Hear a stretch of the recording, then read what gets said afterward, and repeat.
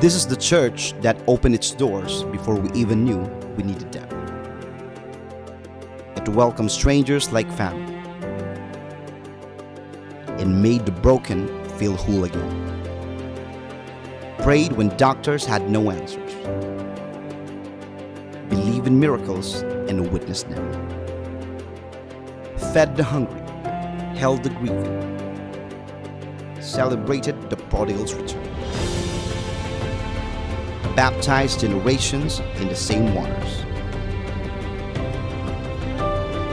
Watch couples say I do, and families say I'm home. A youth found purpose. A child found belonging. A skeptic found faith. This wasn't just a building. It was the beginning, the first mission trip, the first wedding, the first say yes to Jesus, and it's still just getting started. We are the church that stayed when it's hard and stepped out when it was risky, that lifted hands in worship and rolled up sleeves to serve. Built not on brick and stone, but on grace, faith, and every yes that came before. We are the church that believes, that goes, that grows, the church that lives legacy and builds what's next. This is Conquerors for Christ Church, Tanawan City. Hello there. Welcome to Conquerors Tanawan City. We are more than just a building. We are a family, a community, a place where faith comes alive. It is where we encounter God, grow in faith, and build meaningful relationships. It is a place of hope, healing, and purpose. Our vision is to win souls and make disciples. We have one purpose, and that is to love God and to love people. Our goal is to make every believer a leader of leaders. And our cause is nation transformation. Church is more than just Sundays. It's for every day of our lives. Through small groups and mentorship, we guide you in your spiritual growth, equipping you to shine for Jesus in your campus, workplace, and every community. Come and be part of our growing family in Christ, a family that loves faith that grows, in a mission that matters. Friends, it's gonna be good. Welcome to our church.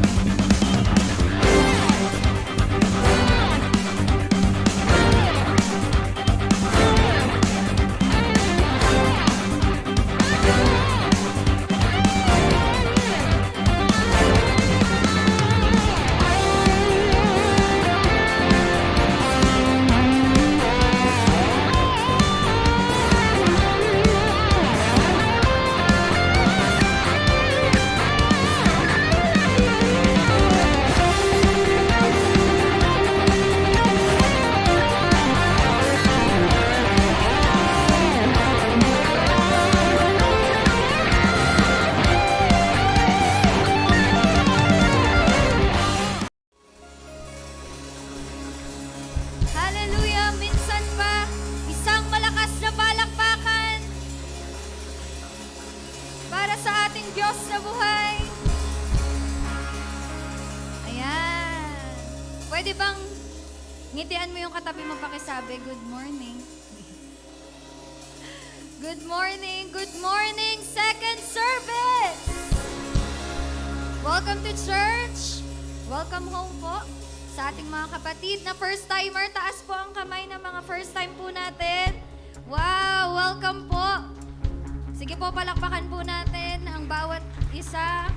Mga nag-invite, ang atin pong mga first timer. Ano po? Sige po, pwede po ba ngayon batiin po natin ang bawat isa? Kamayan po natin ang bawat isa and let's greet one another. Ayan, at habang pinabati po natin ang bawat isa, sabihin po natin, magpaalalahanan po tayo na mabuti ang Diyos. Harap, likod, gilid, kaliwa, kanan. Sige po, kamayan po natin ang bawat isa. Ayan, welcome po sa mga dumadating pa.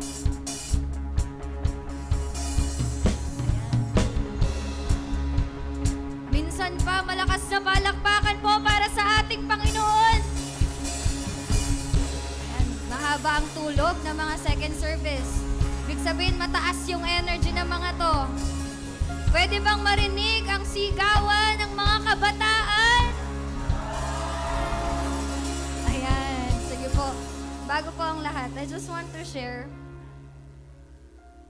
to you in Psalm 77 verses 11 to 15. Sabi po dito, I will remember the deeds of the Lord.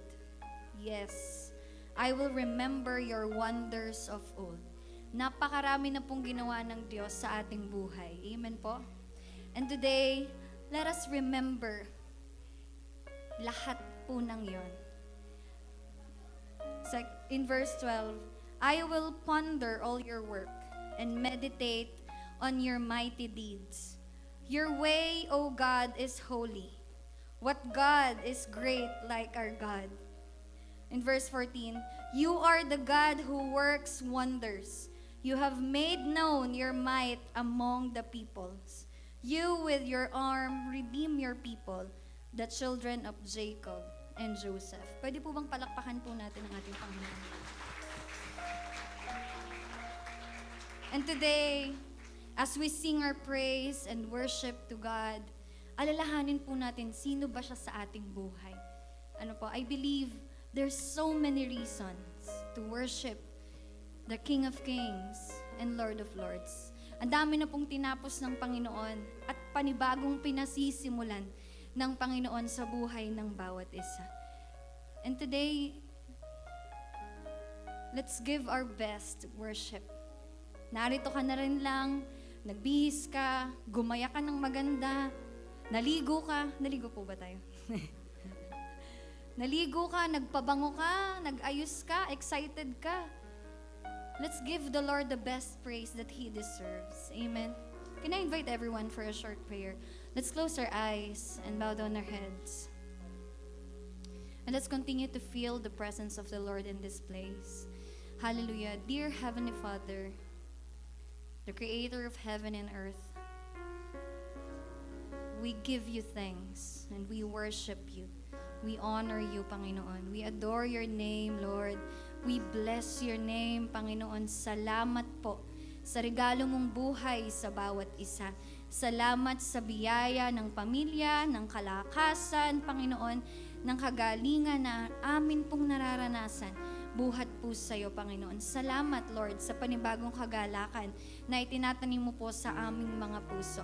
At sa araw na ito, Panginoon, kami po'y naririto, submitting our hearts to you, submitting ourselves to you, Lord. When we just want to experience your presence, Lord God, we just want to experience new strength that comes from you, Panginoon, new hope, Panginoon, bagong pag-asa na buhat po sa iyo. Sa araw na ito, Panginoon, patuloy po naming itinataas ang aming mga kamay, ang aming mga puso, Panginoon, at nais po naming awitan ka, sambahin ka, papurihan ka, Panginoon. Hallelujah. At walang ibang mahayag sa aming mga buhay, kundi ikaw lamang, Panginoon. Hallelujah. Thank you, Lord, for all your wonderful work sa buhay ng bawat isa. You work miracles upon miracles, Panginoon. And we thank you, Lord God, for that.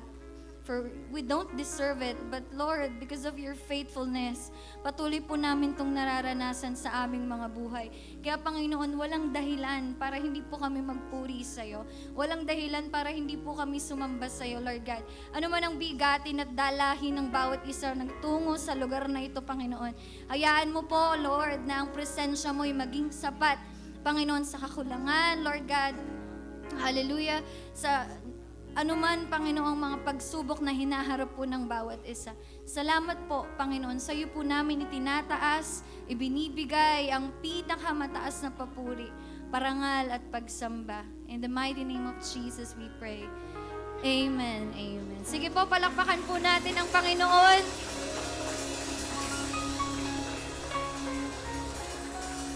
Pwede ba minsan pangitian mo ulit yung katabi mo? Sabihin mo, God is good. Hallelujah. Come on, let's do a quick warm-up first. Itaas po natin ang ating kamay na pinakamataas at ipalakpak po natin sa ating Panginoon. And let's shout the name of Jesus in this place. Come on. Jesus! Jesus! Jesus! Jesus! Jesus! Jesus! Jesus! Jesus! Jesus! Pakibulungan nga po yung katabi, pakisabi. Laksi-laksi. Jesus! Jesus! Jesus! Jesus! In a count of 3, sa mga able po, tayo pong tatalon para sa Panginoon. Jesus! Jesus! Jesus! Jesus! In 1, 2, 1, 2, everybody jump, shout, Jesus! Jesus! Jesus! Jesus! Jesus! Jesus! Jesus! Jesus! Jesus! Right, I know. Everyone is ready and excited. Come on, let's praise the Lord. Sige po, atin pong ipalakpak ang ating kamay sa Panginoon.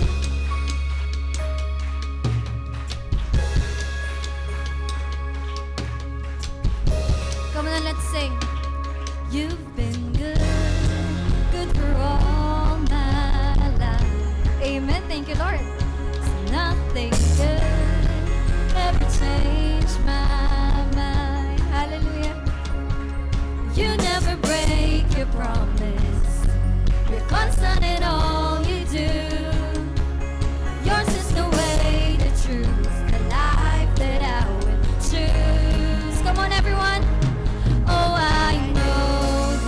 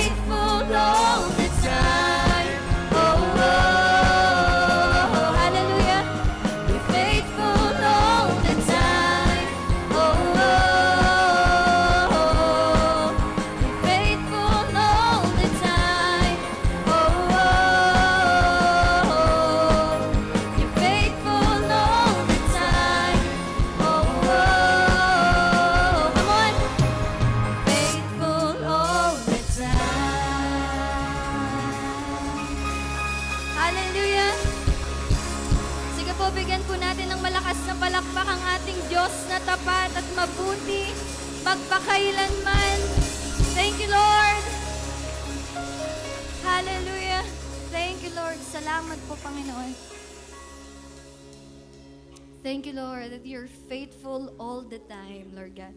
You're so good all the time, Panginoon. Salamat po. Salamat po. Kaman minsan pa, bigyan po natin ng palakpak ang ating Diyos.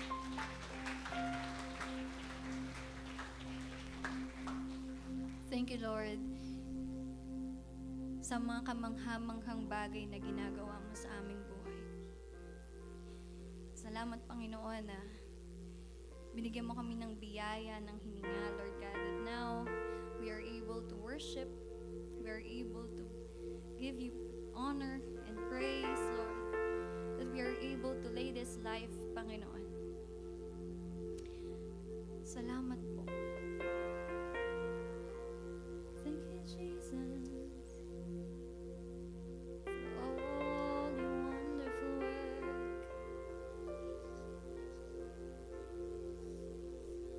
You are marvelous and awesome, God. And we lift our hands to worship. We lift our hearts to sing. Hallelujah.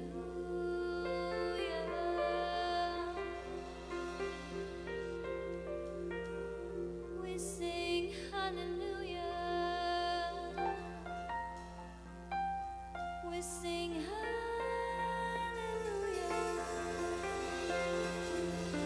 to the King of Kings and Lord of Lords, to the one who gave us life. We sing hallelujah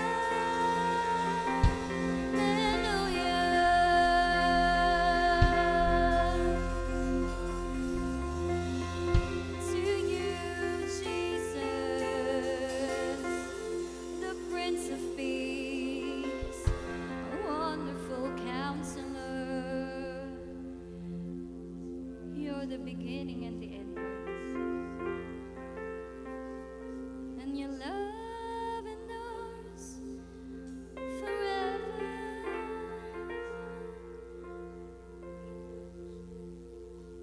All our praise belongs to you.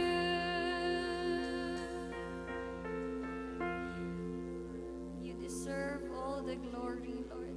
You deserve all the praise, Panginoon. At sa araw na ito, hayaan mo pong makarating sa iyo ang aming awit at ang aming pagsamba ng papuri, Panginoon. Papuri sa iyo, Diyos. Papuri sa iyo, Jesus.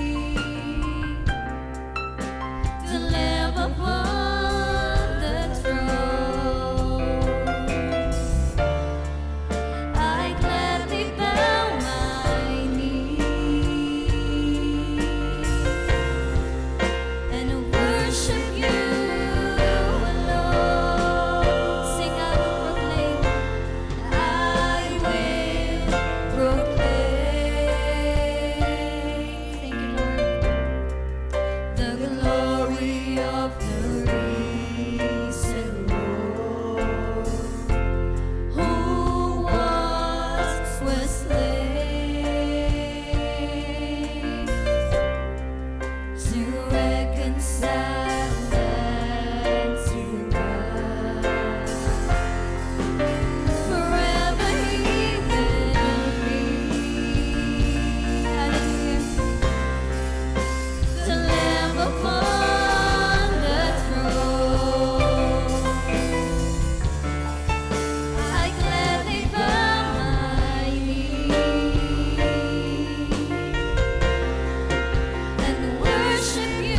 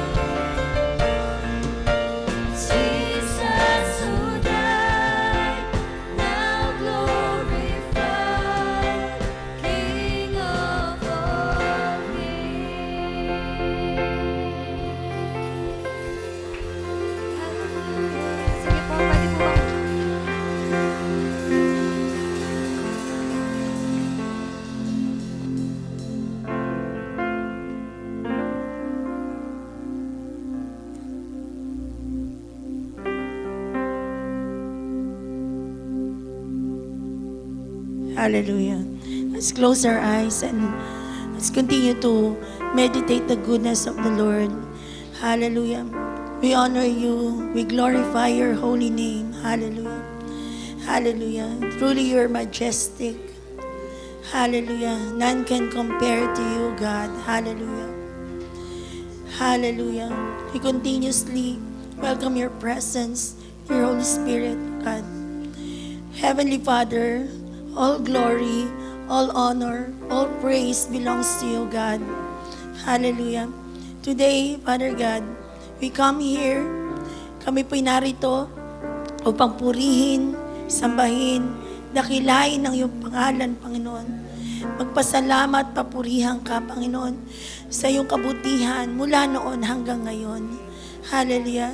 Sa oras na ito, Panginoon, I pray, Father God, patuloy na tanggapin mo ang aming pagsamba sa iyo as a pleasing aroma to your sight, in your presence, O God. And I pray, Father God, whatever the needs of your people right now, continue to touch each and every one. Hallelujah. Naniniwala po kami, Panginoon, narito ang iyong presensya, Panginoon. At kami nasasabik, Panginoon, sa iyong pagkilos sa puso, sa buhay ng bawat isa, Panginoon. And Lord, we pray, Father God, for your man who will speak your word today. Hallelujah. Continue to enable him, empower him, O God. Hallelujah. We pray for your presence, for your word, hallelujah, to manifest. Hallelujah. Salita mo lamang ang mahayag, Panginoon, hindi ang amin, Panginoon. Salamat po, Panginoon, at kami umaasa sa iyong pagkilos. Hallelujah. Sa iyong presensya, Panginoon. Ang bawat isa ay makaranas ng pag-ibig, kalayaan, Panginoon, sa iyong presensya. Hallelujah. In the name of Jesus, we honor you. We glorify your name. In Jesus' name we pray. Amen. Amen. Great work, focus over distraction. Ang isang maganda pong kwento na ito ay nasa Nehemiah. Amen. May gustong magandang ipatapos si Lord, pero maraming distraction. Let's see about the background of Nehemiah, chapter 6. First, who is Nehemiah? Nehemiah is the post-exilic period of the Jewish history on the 5th, century BCE, where Nehemiah, a Jewish cupbearer to the Persian king Artaxerxes. Si Nehemiah po ay isang cupbearer sa kaharian, ng Persia ni Haring Artaxerxes. Anong trabaho ng cupbearer? Ang trabaho niya po ay bago kainin ng hari, siya muna ang unang titikim. Amen? Ay syempre, hindi naman yung kung saan yung hihigop ang hari, ay doon din siya hihigop. Kung saan ang galing yon, titikman muna niya yon. Kung may lason o wala. Ibig sabihin, close tie talaga siya sa king. Ang background po nito is nawasak na po ang buong Jerusalem kasama po ang kanilang Great Wall, okay? Dahil sila po ay na-captive ng Babylon, ng Persian. Ngayon, nung makabalik na silang lahat, okay, wasak pa rin. Hinahamak sila kasi nga wasak yung wall nila, yung refuge nila, yung panangga nila sa mga kaaway nila. At itong si Nehemiah ay naiwan na servant ng hari ni Artaxerxes, taga-tikim, cupbearer. So isang araw, nakarating sa kanya ang balita, okay, na na sabi ni Hakalia, sabi niya ni Nehemiah na anak ni Hakalia, sinabi sa kanya ang ganito, ng kanyang kapatid na si Hanani, na wasak nga at survive sa exile sa Nehemiah chapter 1 verse 2 ang Jerusalem. They said to me, whose back that survived the exile and are back in the province are in the great trouble and disgrace. Kahihiyan para sa kanila yon. Okay? Na nawala na yung kanilang protection, yung kanilang great wall ng Jerusalem. It broken down, all the gates have been burned with fire. So, nang marinig yun ni Nehemiah, sa Nehemiah chapter 1 verse 4, he sat down, umupo siya at siya'y tumangis. Kasi nalungkot siya. Amen? Tandaan niyo po ito ha. Kapag may gustong ipagawa sa iyo si Lord na great, ang una niyang babagabagin sa iyo ay ang iyong damdamin. Nakikinig po ba kayong lahat? What happened to Moses? Bago niya inilabas ang Israel. Di ba nakita niya, he full compassion. What happened to Jesus? Anong ginawa ni Jesus nang makita niyo yung mga taong may sakit? Nagkaroon siya ng compassion. Nagkaroon siya ng kalungkutan, ng pagkakataon na maramdaman niya kung ano yung nararamdaman ng tao. In the same manner with Nehemiah, nakaramdam siya ng habag sa kanila kasi they are broken down. Amen. Ilang beses itong itry na itayo, pero hindi na itayo. Okay? And then, sabi dito, for some days, he mourned, he fasted, and prayed before the God of heaven. Nanalangin siyang mabuti. Alam niyo, tumingin kayo dito mabuti. He is near to king. Malapit siya sa hari. Amen? So he see the opportunity na pwede siyang matulungan ng hari. That's why he prayed. Amen? Tandaan niyo po ito ha. Kahit sa tingin mo, malapit ka na sa promotion because you are closer to the higher authority, all you need to do is to pray. Magtanong ka kay Lord, Lord, kalooban mo ba ito? At dahil doon, nagsabi siya sa hari, nakita ng hari ang kanyang kalungkutan. Sinabi sa kanya, bakit ka malungkot? Amen? And then I answered the king, if it pleases the king and your servant has found favor in your sight, let him send me to Judah where my ancestors are buried so that I can rebuild it. Sabi niya, pabalikin niyo po ako doon. Amen. Kung ako po'y inyong papayagan, okay? At akin pong itatayong muli ang Great Wall ng Jerusalem. Amen? So what happened? So dahil doon, nag-usap sila, kasama ang reyna, at ito po hindi kwentong kutsero ha, basahin niyo po yan, nasa Nehemiah po yan. So anong nangyari? Amen, pinayagan po siya. And then he requested, sabi niya, sumulat na rin po kayo, amen, para po yung mga timber, mga log, ay makapag-harvest po kami at magamit din po namin sa pagtatayo. To cut the story short, ginawa ni Nehemiah na mag-inspect. Amen? He inspected the site. Malayo to sa kanila. He traveled and he inspected the site. In Nehemiah chapter 2, verse 17, nakita niya ngayon, you see the trouble we are in Jerusalem lies in ruins. Amen? Alam niyo po, nung binabasa ko po ito, nung binaligan ko, ako'y napapaiyak. Feeling ko kasi nandoon ako sa kanilang kalagayan. Amen? Alam mo yung kagustuhan mo na may mangyari? Amen? Kasi nakikita mo destroyed. How many of you here na nakikita mo na, Lord, wala nang pag-asa ang aming pamilya and all you need to do is to start to pray to the Lord kasi may tulong sa Diyos. Amen? Palakpakan natin ang Panginoon. While I'm reading this, ako'y napapaiyak. Nakailang chapter na ako. Amen? Kasi nang makita ni Nehemiah ito, and its gates have been burned with fire. Amen? Sabi niya ganon. Come, sabi niya sa mga tao, sa mga pinuno, sabi niya, come, let us rebuild the wall of Jerusalem and will no longer be in disgrace. Amen? Para hindi tayo maging kahiya-hiya, tulungan niyo ako. Tingin po kayo dito mabuti. Have you picture out, nag-iisa ka, na may desire na may mangyari, and then you will enter, you will talk one by one, amen, to the community leaders, and you will tell, this is the things that the Lord have told me, pinayagan ako ng hari, let's rebuild the wall. Amen. Pwede silang magsabi na, nako, many times na namin tinry yan, pero walang nangyari. But you know, tumingin kayo dito mabuti, kapag inutos ng Diyos at ginusto ng Panginoon, walang sino man ang pwedeng pumigil. Amen. So sabi ng verse 18, I also told them that the gracious hand of my God on me and what the king said to me, they replied, let's start in rebuilding. Nang marinig niya yun na kasama natin ang Diyos, inutusan na rin ako ng hari. Anong sagot ng buong bayan? Sabi niya, tayo nga ating itayo. So they began, underline the word, so they began this good work. Pakisabi sa katabi mo, you're doing a good work. I-segue ko lang po ng konti, baka makalimutan ko. Some of us, amen, nakikita natin na ang hirap niyan, ganito ang nanay ko, ganito ang pamilya ko.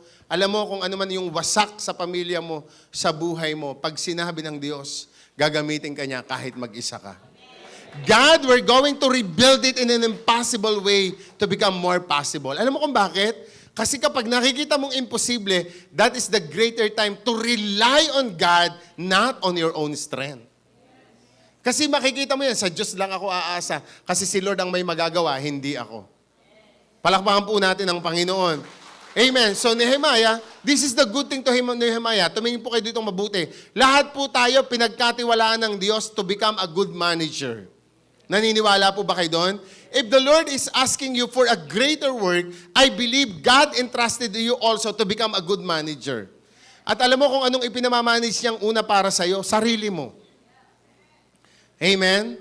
Because no one can manage yourself unless you manage yourself. Narinig niyo po ba itong mabuti? Wala po yung pinagkaiba na ang sabi ng instruction, amen, ay turn on the electric fan. Okay? Pero hindi mo tinurn on, hindi ka makaka-experience ng lamig. Okay? In the same manner with us, kahit pa sinabi ng Panginoon na mag-ayos ka, kung ayaw mo mag-ayos, no one can fix yourself unless you decide for it. Come on. Amen. In the same manner with your family, walang ibang aayos dyan, walang ibang tutulong dyan. Kahit sa community mo, kahit sa barangay mo, kahit sinong kakilala mo, maliban na magpagamit ka sa Panginoon. Amen. Palakpakan natin si Lord. Amen. Nung nakaraan Tuesday, segue ko lang ng konti bago ko ituloy ang passage na to. Nung nakaraan Tuesday, nagkakwentuhan po kami ng mga kapatid natin. Ano sabi nila? Every morning, Pastor, pag pumunta ka sa compound namin, karibok. Pero glory to God. Ngayon, every morning, pag pumunta ka sa aming compound, lahat nagdi-devotion. What a wonderful things. Amen? What a wonderful things. In the same way with you, naniniwala ako kaya kang gamitin ng Panginoon. Amen? So they delegated the task. Yun ang pinakamaganda kay Nehemiah. He is a good leader. He is a good manager. Amen? And he is a good builder. Amen? Kasi fix it first. Manage it first before you build. Kasi kung hindi mo i-delegate ang task, you cannot do it alone.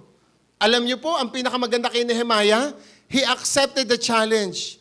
He allowed the Lord to use him. So anong ginawa niya? He stand with confidence. Inutusan niya kahit marang mataas sa kanya. Sinabi niya, ito ang gagawin natin. Pag binasa niyo ang Nehemiah chapter 5, amen, chapter 4, sinabi niya, doon ka sa may bandang gate na yon, doon ka sa kabila, ang pamilya niyo yung dito. He delegated the task. Amen? In order to accomplish it because they need to finish it within 52 days. Come on! Ang ikli! 52 days. Amen? So Nehemiah chapter 4 verse 3, eto na, dumating na ang maraming, nung nakakalaghatian na sila nang naitatayo, dumating na ang maraming opposition. Eyes on me. Amen. Tumingin po kayo dito. In the same way with our life, kapag nangangalaghati ka na, amen, yung matagal-tagal ka ng kaunti, dyan darating ang maraming opposition sa buhay. Maraming discouragement. Amen? Anong sabi po ng mga discourager? Sabi niya, Tobiah, Ammonite, who was at his side and said, what they are building? Anong tinatayo nila? Sabi niya, even the fox climbing up and it would break, and down and there will fall of stones. Sabi niya, pag tumalon dyan ang aso, ang asong gubat, wasak yan. Have you seen it? Pinaghihirapan mo, pero yung ibang tao, discouragement ang inilalagay para sa iyo. And hear us, our God, for we are despised. Nagpray ulit si Nehemiah at sinabi niya, they turn insults back on their own heads. Give them over us and plunder the land of captivity. So we rebuilt the wall till of its reach half its heights, for the people work with all their hearts. Pakisabi sa katabi mo, with all our hearts. Pag ginawa mo ang isang assignment, gawin mo ito ng buong puso kahit marami ang ayaw. Amen? Amen? Sa Nehemiah chapter 4 verse 14, they continued the work, amen, and said to the noble official and the rest of the people, don't be afraid of them. Remember the Lord who is great and awesome, and fight for your families, your son and your daughters, your wives and your home. Sabi niya, huwag mong tingnan ng mga yan. Kahit anong sinasabi nila, don't be discouraged. Tandaan nyo laging mabuti kung ano ang ginawang mabuti ng Diyos sa iyong pamilya, sa iyong pagkatao, sa buong iyong sambahayan. Huwag mong kalilimutan yon. When discouragement comes, when opposition comes, huwag mong titingnan yon. Ang titingnan mo lagi, Lord, ano na ang ginawa mo sa buhay ko? Andiyan po ba tayong lahat? Amen. Lord, ano nang mabuti mong tinapos sa buhay ko? Diba? You need to look on that. Sabi ni Nehemiah, huwag niyong pakinggan ang mga yan. Sino ba sila sa'yo? Parang ganon. Amen. Sabi ng verse 19, then I said to the nobles, to the official, and the rest of the people, the work is extensive and spread out. Lumalawak ang gawain. Lumalaki. Sabi niya ganon. Sabi niya, and widely separated from each other along the wall. Malayo na ang iba sa inyo. Naandoon na, ika. But you know, sabi niya, wherever you hear the sound of the trumpet, join us there and our God will fight for us. Kung magkakaisa lang tayo, pagtatagumpayin tayo ng Panginoon. Lagi po niyo yung tatandaan niyan. Darating ang panahon, you will spread out, you will reach many. But you know, we have one heart. When your pastor called, let's join, let's worship the Lord. Join. Amen. Because we have one heart to say that God is good all the time. Amen. Palakpakan po natin ang Panginoon. Hallelujah, Lord. Thank you, Jesus. At eto na po tayo, Nehemiah chapter 6 verse 1. And then maganda nang nangyayari. Ito na, pauli-uli na naman po ang mga kontrabida. Amen kay Nehemiah. Pabalik-balik. Sabi niya, when word came to Sanballat, Tobiah, Geshem, and the Arab, and the rest of our enemies, that I had rebuilt the wall and that gap was left on it, wala ikang kahit anong butas, walang pag-itan. Amen. Though up to that time, I had not set the doors in the gate. Hindi pa tapos, wala pang pintuan, pero almost na. Nang makita ito ni na Tobiah, ni na Sanballat, ni na Geshem, pauli-uli sila. They sent me this message. Makinig! They sent me this message. What message? Sabi niya, come, ika, parini ka.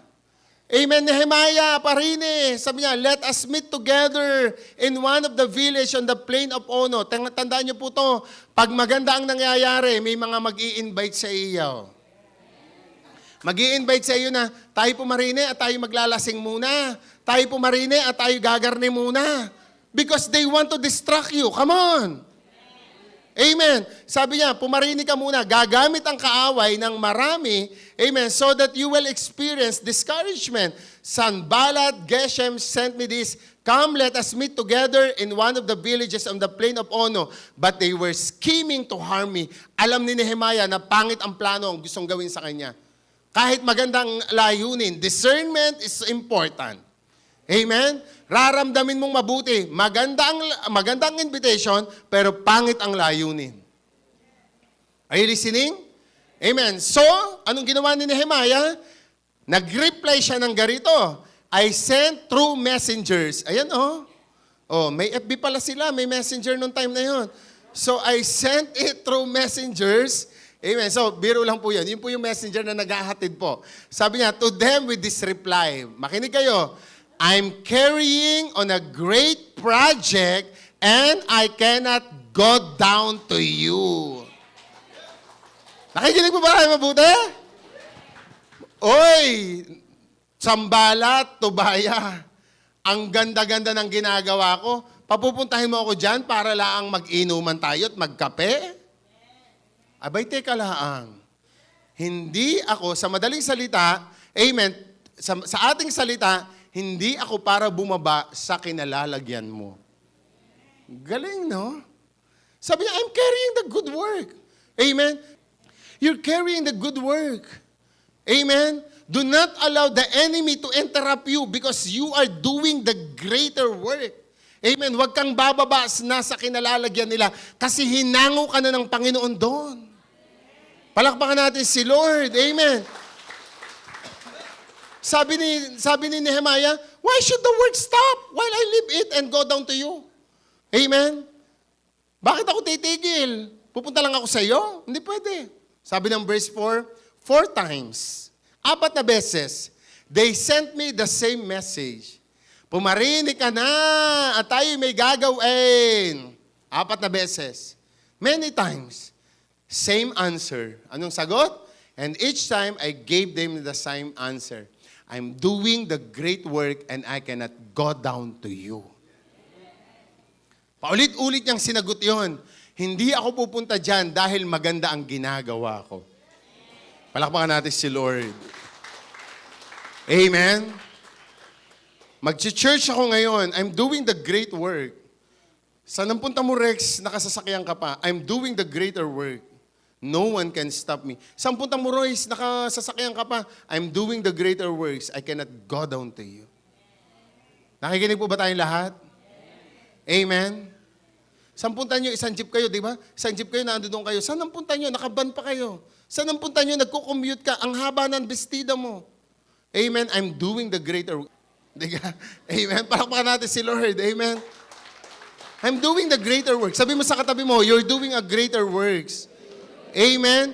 And the fifth times, eto na. Then the fifth time, Sanballat, si Sanballat na, sent his aid to me with the same message, and his hand was unsealed letter, in which was written, it is reported among the nations, and Geshem say, it's true, that you are the Jews and plotting to revolt. Amen. Pinagbibintangan na ngayon si Nehemiah na gusto mo lang maging hari. Kaya mo itinatayo yan kasi aagawin mo yan kay Artaxerxes ang pagiging hari mo. Amen. Moreover, according to this report, you're about to become the king. And even appointed prophets to make proclamation. Nagpadala rin sila ng propeta, amen, para sabihin na, nagkunyari, amen, na mabuti. Yung propeta, at sinabi niya na, naku, papatayin ka, kailangan lumayas ka na. Amen, kailangan umalis ka. And then, sabi ng verse 9, tingin kayo ditong mabuti, tinatakot si Nehemiah. Amen? Sinasabi na papatayin ka na ng hari kasi aagawin mo yan. But you know, sabi ng verse 9, they were all trying to frighten us, thinking, ano yun? Kapag natakot tayo, ito ang mangyayari sa atin. Lahat tayo panghihinaan ng loob, hihina ang ating mga kamay, mawawalan na tayo ng gana, hanggang sa hindi na natin matapos ang ating mga ginagawa. Amen? Anong nangyari? Anong ginawa ni Nehemiah? He prayed to the Lord, Lord, strengthen my hand. Palakpakan natin ang Panginoon sa oras pong ito. 3 things that you need to remember today in order for you, if you are doing the greater things, katulad ni Nehemiah. Amen. 3 bagay ang kailangan mong gawin. Mabilis lang po tayo. Number 1, be mindful of your great work. Amen. No other business. Katulad ng ginawa ni Nehemiah. Kahit anong abala sa iyo, don't mindful about them. Be focused, amen. Make yourself busy in accomplishing the details of your great plan. Nakikinig po ba tayo mabuti? Kapag maganda ang ginagawa, you are busy in doing this. Amen. Habang nakaupo ka, alam mo yung mga soul winner, habang nakaupo ka, nakagarito ka, pag bakante ang oras mo, pinag-iisip mo, paano ko kaya ito mai-invite? Paano ko kaya, ano kaya magagawa ko dito? Ano kaya ang pwede kong gawin dito? You're doing it because you're doing the greater task. Amen. Paano ko, Lord, mababago ito? Lord, tulungan mo po ako. How can I accomplish this? Amen. Lord, may bisyo pa rin ako. Lord, how can I accomplish this? You're doing the greater task. That's why you are, ang tawag dito, accumulated ka ng mga bagay. Busy ka doon sa mga bagay na paano mo magagawa yung kasi ginagawa mo yung mabuti. Amen po ba doon? Pero kapag wala kang malaking plano, yung greater task na gustong mangyari, anong tawag dito? Ina-accommodate mo yung mga bagay na negative, kung ano-ano na lang pinaggagawa mo. But you know, you need to make yourself busy in accomplishing the details of your plan. You need to be mindful of your great work. Pagtuunan mo ng pansin yun. Your plan, your task well. You need to do it. You need to plan it well. Amen? You never mind the people's opinion of what people will say. But you know, remember this, hindi sa isang upo nababago ang isang tao. Amen. Palakpakan natin si Lord. But you know, kung nagnanais ka ng greater works, tumingin kayo dito mabuti. Kung nagnanais ka ng greater works, dapat din naman pinagpaplanuhan mo kung paano mo maaayos yan. Narinig ko kanina sa radio ng 531. Anong station yan? 531. Yun lang naratanda ko eh. Ha? Cathedral of Praise, yung radyo nila, kasi doon nakatune lagi ang aking Sabi nila, alam mo ba, ganito lang daw yun eh.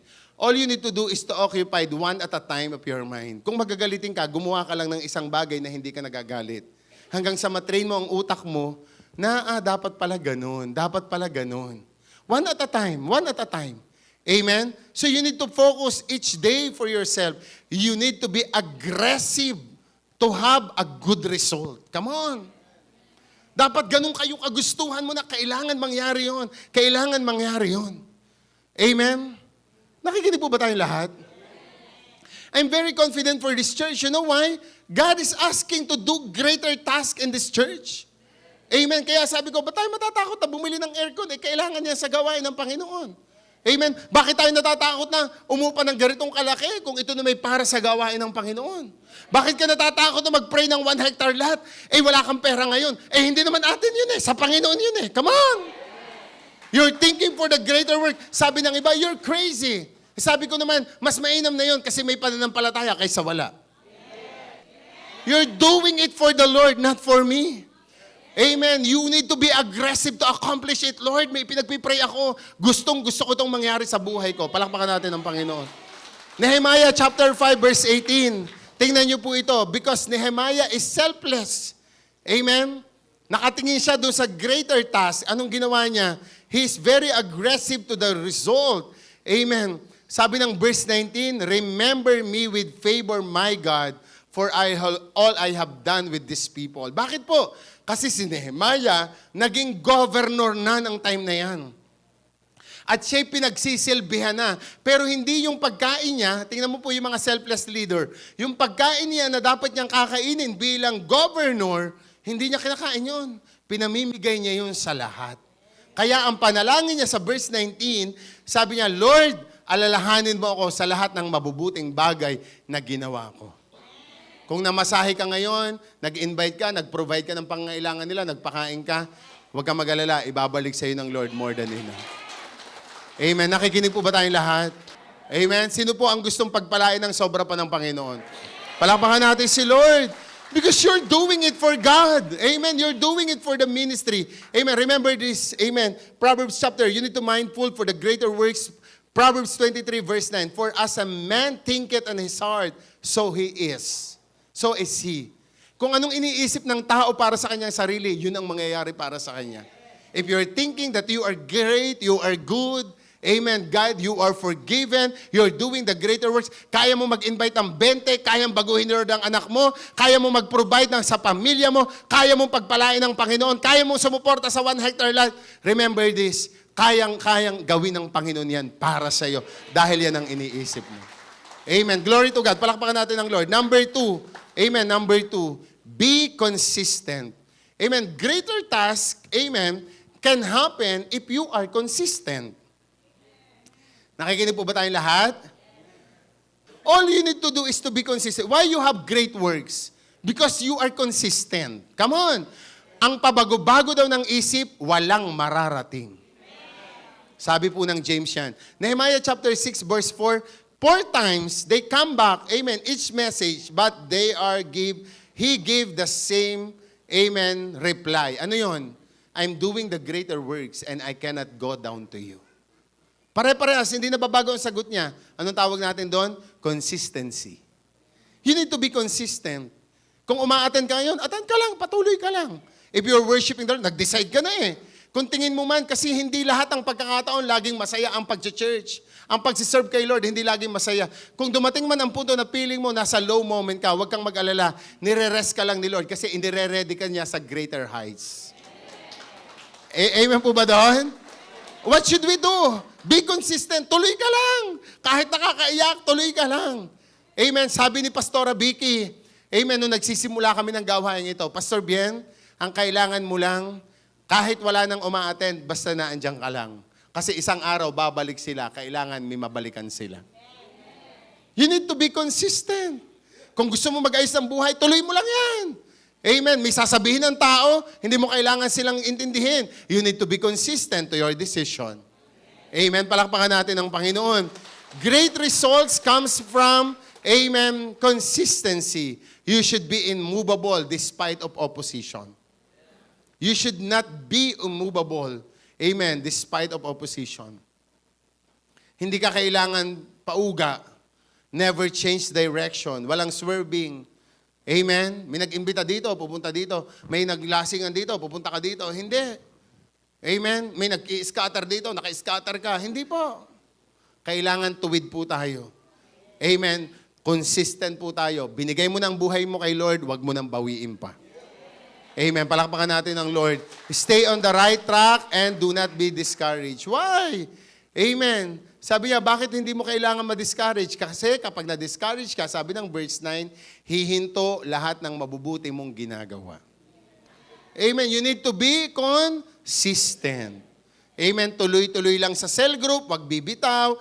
You're doing the greater job. Nagpipray ka ng umaga, tuloy-tuloy lang. Amen. Nagbabasa ka ng Word of God, tuloy-tuloy lang. Umaatan ka ng cell group, tuloy-tuloy lang. Feeling mo, pinagbigyan mo lang kami ngayon, tuloy-tuloy lang.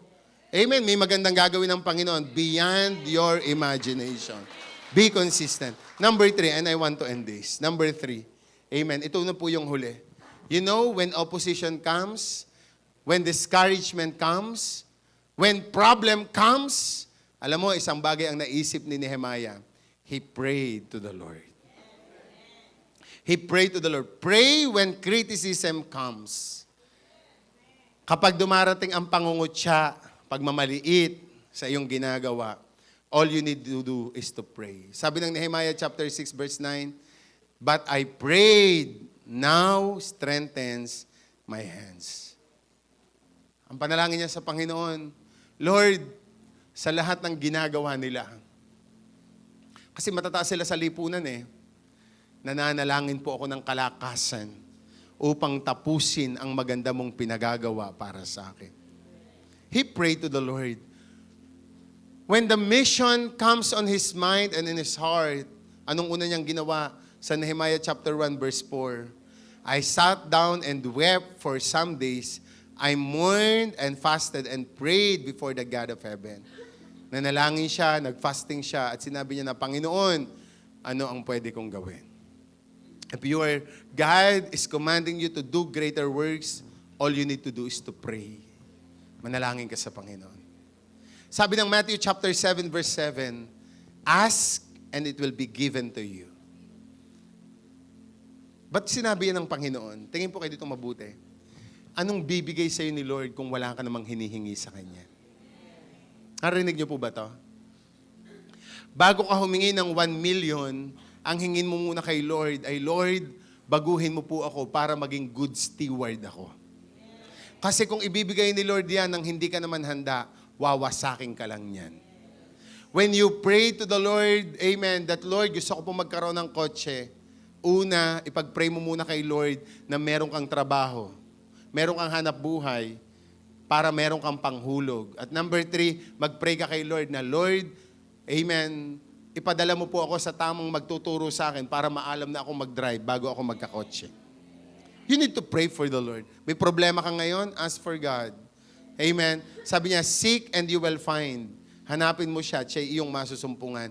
Kumato ka at pagbubuksan ka ng Panginoon. For everyone who asks, receives. The one who seeks will find.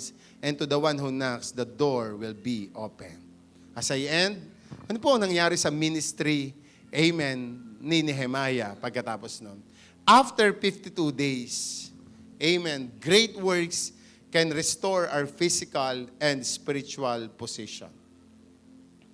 Yung maganda mong ginagawa ngayon, unang aayusin ng Panginoon sa iyo dyan ay ang iyong kalagayang pisikal. Mag-iiba ang tingin ng tao sa iyo.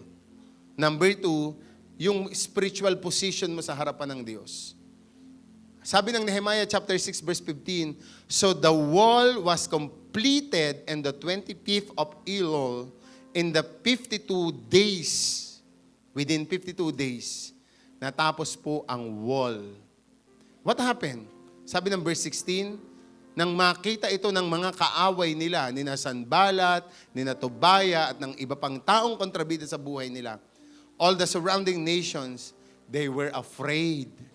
Yung dating bansang minamaliit, ngayon kinatatakutan. Why?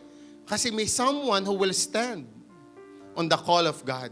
May isang tumayo sa kabila ng hirap, dusa, pangungutya. Someone, Nehemiah, stand and firm on the call. Sinabi niya na ako po, kaya ko pong gawin yan. So that's why it happened. All the surrounding nation will afraid and lost their self-confidence because they realized that this work had done with the help of God. Kapag maganda ang gagawin, tutulungan ka ng Diyos. And all the people, verse 8, ito naman yung spiritual position. Ano yung physical? Inayos ng Diyos ang wall, nag-iba ang tingin ng tao sa kanila. Sa chapter 8 ng Nehemiah, verse 1, natigil na po ang pagbabasa ng Torah. Ano yung Torah? Yun yung mga sinulat ni Moses na iniutos ng Diyos na dapat laging basahin sa temple. Amen? Nawala na ito ng kabuluhan dahil nawasak na ang wall, nawasak na ang temple. Pero nung ma-restore yun sa Nehemiah chapter 8 verse 1, all the people came together as one in the square before the water gate. So nagtipon-tipon sila doon sa isang plaza na malapit sa water gate.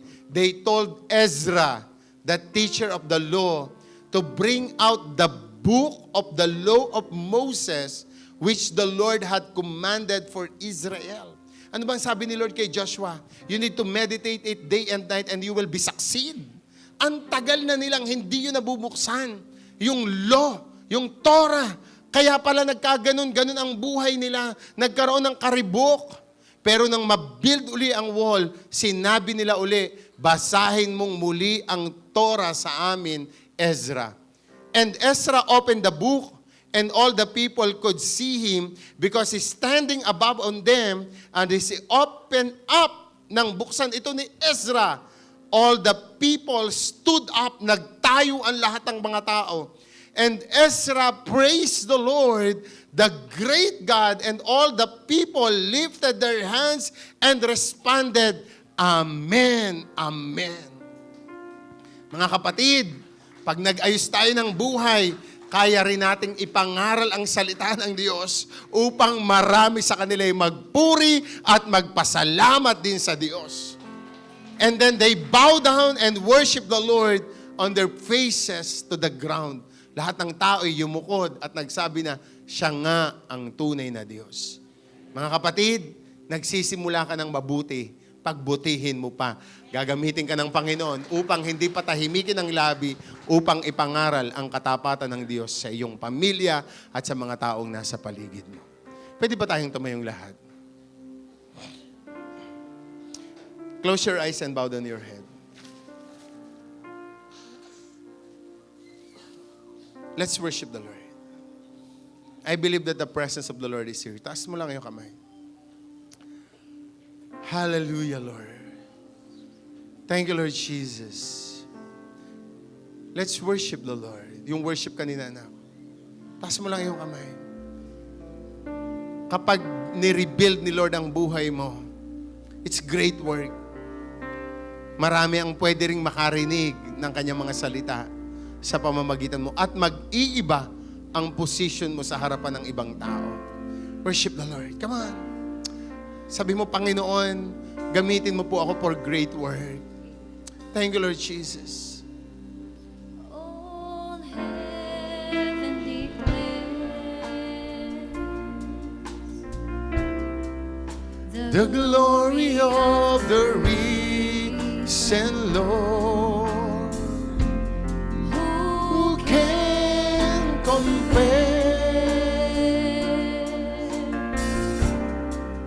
with the beauty of the Lord? Forever He will be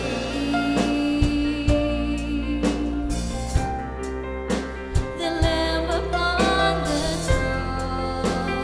Hallelujah. Thank you, Lord. I boldly bow My knee in worship you.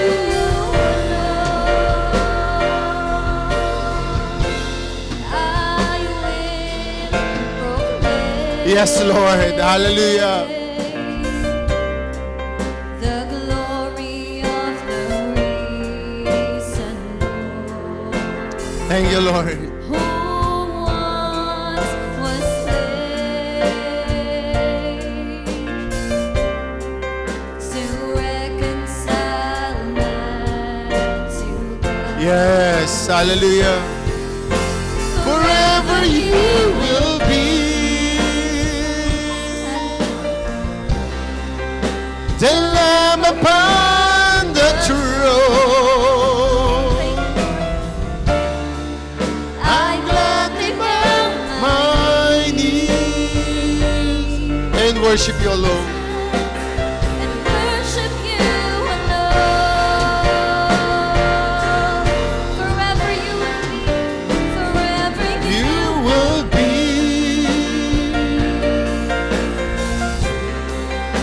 the Lamb upon the throne. I gladly bow my knee and worship you alone. Jesus. Forever you will be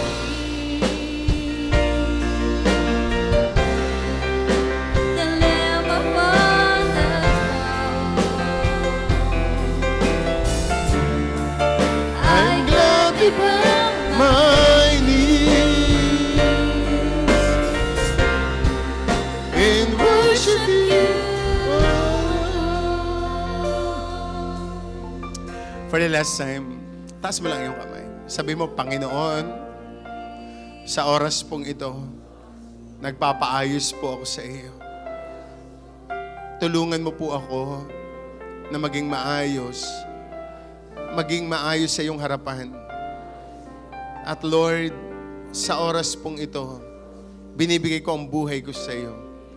Ihanda mo po ako at gamitin for the greater works to proclaim your glory, to proclaim your goodness over the community, over my life, over my family, over the campus, in the name of Jesus. In the name of Jesus. Taas mo lang yung kamay and I want to pray for you. Father God, I'm praying for all the people that gather in this place. First time man sila o ngayon, dalangin ko po na ma-encounter ka nila. Makilala ka nila ng lubusan. Tawagin mo po sila sa isang mabuting layunin. Kung may problema ay makita ang solusyon sa iyo. At kung may kulang ay i-provide mo ang pangailangan nila.